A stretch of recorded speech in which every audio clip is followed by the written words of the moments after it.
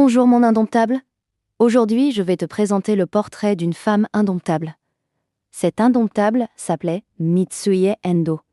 Elle était américaine, née à Sacramento, d'ascendance japonaise, et menait une vie tout à fait ordinaire. Elle travaillait comme dactylographe pour l'État de Californie, ne parlait pas japonais, n'appartenait à aucun groupe politique, et son frère servait dans l'armée des États-Unis. L'attaque de Pearl Harbor, dirigée par le général Hideki Tojo, est lancée le dimanche 7 décembre à 7h48 par le service aérien de la marine impériale japonaise contre la flotte américaine du Pacifique et les forces stationnées sur place. Elle est conduite en 2 vagues aériennes, impliquant plus de 400 avions.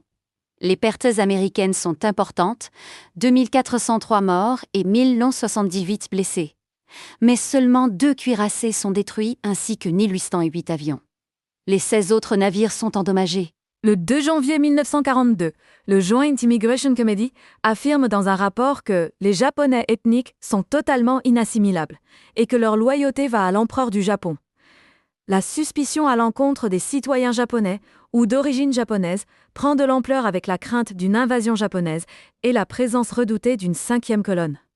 Le 1er mars 1942, le général John DeWitt donne aux autorités civiles le pouvoir d'arrêter systématiquement tous les Japonais, y compris les Japonais naturalisés américains, et de les enfermer dans des camps de détention, comme ceux de Manzanar et de Terminal Island. L'objectif officiel est d'assurer la sécurité de l'État et d'empêcher les opérations d'espionnage ou de sabotage sur le territoire américain. Le président Franklin D. Roosevelt entérine cet internement massif par le décret présidentiel numéro 966, qui permet aux autorités militaires locales de désigner des zones militaires en tant que zones d'exclusion, desquelles toutes les personnes pouvaient être exclues. Cette faculté est utilisée pour déclarer que toute personne d'ascendance japonaise est exclue de l'ensemble de la côte ouest, notamment la Californie dans sa totalité, ainsi qu'une grande partie occidentale des territoires de l'Oregon et de l'État de Washington, mais aussi le sud de l'Arizona. L'internement des Nippo-américains a vu la déportation et l'incarcération d'environ 120 000 civils ressortissants japonais et américains d'origine japonaise dans des centres de relogement précaires et éloignés. Notre indomptable Mitsuye Endo, 22 ans, est arrêté et déporté dans le camp de Tule Lake, puis celui de Topaz dans l'Utah. Avec l'aide d'un avocat, Mitsuye Endo décida d'attaquer le gouvernement américain pour arrestation et détention arbitraire. Lorsque le gouvernement se rendit compte qu'il allait perdre ce procès, il lui proposa de la libérer immédiatement, mais seulement elle. Mitsuye Endo refusa. « Pas sans les autres », fut sa réponse. Elle resta volontairement dans le camp par solidarité avec les autres prisonniers, surtout qu'elle venait de rencontrer son futur mari, Kenneth Tsutsumi, dans le camp de Topaz. Le 18 décembre 1944, la Cour trancha à l'unanimité en sa faveur. Elle déclara que le gouvernement n'avait pas l'autorité d'emprisonner des citoyens loyaux sans preuve.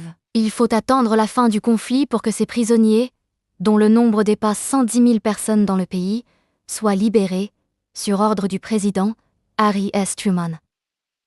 À leur sortie, les déportés reçoivent un ticket de bus et une allocation de $25, versée en espèces. Les mêmes aides que celles allouées aux criminels dûment condamnés à leur libération. Mitsuye Endo s'installa à Chicago. Le 22 novembre 1946, elle épousa Kenneth Tsutsumi. Ils eurent 3 enfants. Mitsuye Endo devint la secrétaire du maire de Chicago. Mitsuye Endo mourut le 14 avril 2006 à l'âge de 85 ans.